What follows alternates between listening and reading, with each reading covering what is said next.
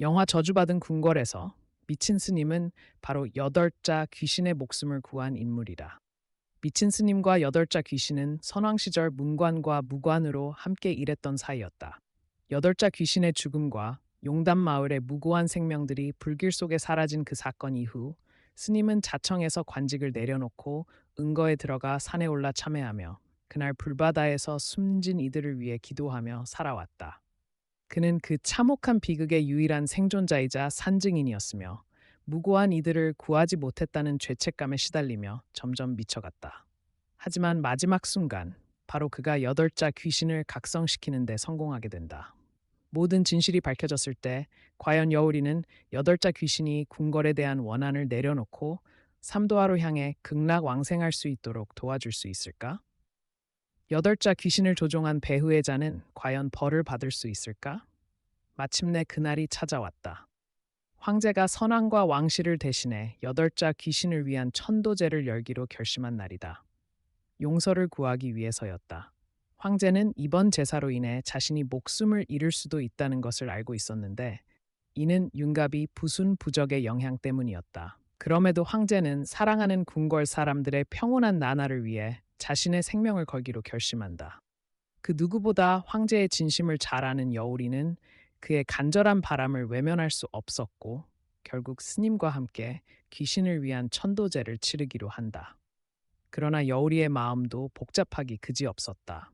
왜냐하면 지금 윤갑의 몸 안에는 두 개의 영혼이 공존하고 있었기 때문이다. 한 명은 여우리의 어린 시절 소꿉친구였고 다른 한 명은 여우리가 온 마음을 다해 사랑했던 강철이었다. 어쩌면 이번 전투가 끝나고 나면 그중 단 한 사람만이 살아남을 수 있을지도 모른다. 다른 한편에서는 여덟 자 귀신이 엄청난 기대에 부풀어 있었다. 풍산의 도움을 받아 여덟 자 귀신은 이제 강철이의 힘을 두려워하지 않았다. 그는 황제와 마주하고 싶어 안달이었고 과거의 모든 진실을 세상 밖으로 드러내고 싶어 했으며 자신의 가족과 그해 용담 마을에서 죽은 무고한 이들의 억울한 죽음을 초래한 자들에게 응징을 가하고자 했다. 여우리의 종소리와 기도소리 아래 여덟 자 귀신이 소환되었고 그는 풍산의 몸의 빙의에 황제와 마주했다. 그가 황제를 바라보는 눈빛은 보는 이들 모두를 오싹하게 하고 몸서리치게 만들었다. 너는 모든 걸 알고 있었으면서도 왜 그를 도운 거지? 너는 그저 그자의 사과 한마디로 내 원한이 풀릴 거라 생각한 거냐? 절대 그럴 일 없어. 황실의 자손들 전부가 죽지 않는 한 내 원한은 결코 사라지지 않아. 이해했어? 여덟 자 귀신은 여우리의 목을 조르며 숨이 막히게 만들었고 그로 인해 천도제도 중단되고 말았다. 이 모습을 본 강철이는 여우리를 구하기 위해 여덟 자 귀신에게 돌진해 공격했지만 지금의 강철이는 이미 힘이 약해져 있었다. 그는 평범한 인간에 불과했고 여덟 자 귀신을 전혀 제압하지 못했다. 귀신의 한 방에 강철이는 바닥에 쓰러져 피를 토하며 겨우 숨만 쉬고 있었고 이를 본 스님은 곧바로 달려가 강철이를 부축했다. 그리고 자신의 지팡이로 여덟 자 귀신을 내리쳐 여우리를 구해냈다. 여우리는 풀려났고 이 모든 장면을 지켜본 윤갑은 그제야 자신이 속았다는 사실을 깨달았다. 자신이 풍산에게 이용당했음을 알아차린 그는 여우리에게 달려가 그녀를 부축하려 했으나 여덟 자 귀신에게 다시 한번 삼켜지고 말았다. 여우리와 황제는 그저 눈앞에서 벌어지는 모든 것을 지켜볼 수밖에 없었다. 더 이상 자신들 때문에 무고한 사람들이 죽어가는 모습을 볼 수 없었던 황제는 검을 뽑아들고 여덟 자 귀신 앞에 나서며 크게 외쳤다. 멈춰라. 너는 무고한 사람들을 죽여서는 안 된다. 분노를 풀고 싶다면 나에게 향하라. 여덟 자 귀신은 한 걸음 한 걸음 황제에게 다가오며 입꼬리를 올리고 말했다. 네가 내가 너를 용서할 거라 생각하나? 오늘은 너만이 아니라 이 자리에 있는 모두가 죽을 것이다. 왜냐하면 그들은 감히 나에게 맞섰으니까. 황제의 두 눈은 붉게 충혈되었고 온몸을 부들부들 떨며 외쳤다. 이 망할 놈. 나는 진심으로 너를 위해 천도제를 올렸다. 진심으로 너에게 사과하고 싶었고 네 용서를 받고 싶었고 네가 원한을 내려놓기를 바랐다. 나는 너를 삼도하로 인도하고 싶었다. 하지만 너는 그 진심을 전혀 소중히 여기지 않았다. 그렇다면 오늘 나와 너는 함께 죽게 될 것이다. 내 손으로 이 모든 것을 끝내겠다. 자, 어서 와라. 여덟자 귀신은 황제를 비웃는 눈빛으로 바라보며 냉소적으로 말했다. 보아하니 네가 네 비겁한 국왕보다 더 용감한 놈이긴 하구나. 네가 이런다고 내가 그 자를 용서할 줄 알았냐? 절대 없어. 네가 죽고 싶다니 좋다. 내가 직접 널 그 망할 국왕에게 보내주지. 귀신은 황제에게 다가가 그의 목을 조르기 시작했다. 바로 그때 미친 스님이 달려와 여덟자 귀신을 손으로 막아서며 외쳤다. 멈추어라! 여덟자 귀신은 고개를 돌려 미친 스님을 바라보았다. 미친 스님의 두 눈에는 눈물이 고여 있었다. 대삼의 제자는 스승이 여덟자 귀신과 맞서는 모습을 보고 깜짝 놀랐다.